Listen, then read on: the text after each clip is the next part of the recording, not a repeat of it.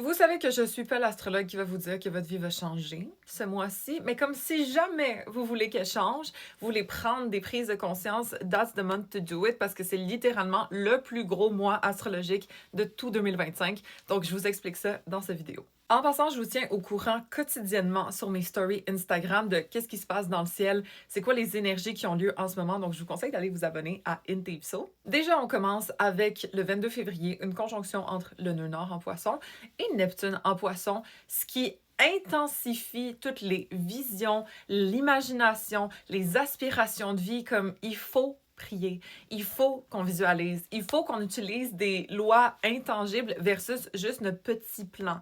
Parce que c'est comme ça qu'on va être capable de se catapulter, OK? Fait que si c'est votre but de reach higher cette année, je vous conseille de le faire là. Ensuite, on a Mars rétrograde en Cancer qui termine sa rétrograde et qui tombe direct. Donc maintenant, l'action, la motivation, la confiance devraient flow un peu plus que depuis le 6 décembre. Parce que ça faisait un bout quand même que Mars était rétrograde.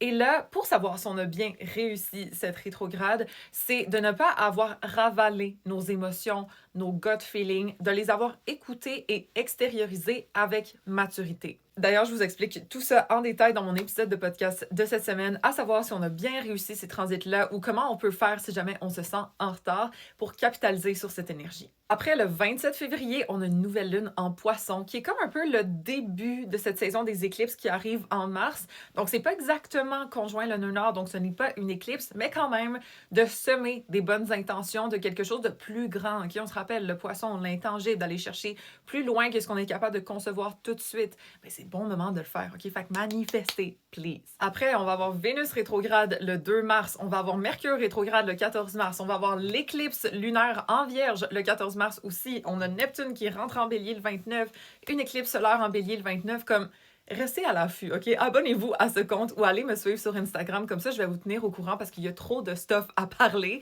On va laisser ça pour maintenant. Laissez-moi savoir si vous avez des placements poissons, vierge, bélier, parce que particulièrement pour vous, il va y avoir de l'action cette année.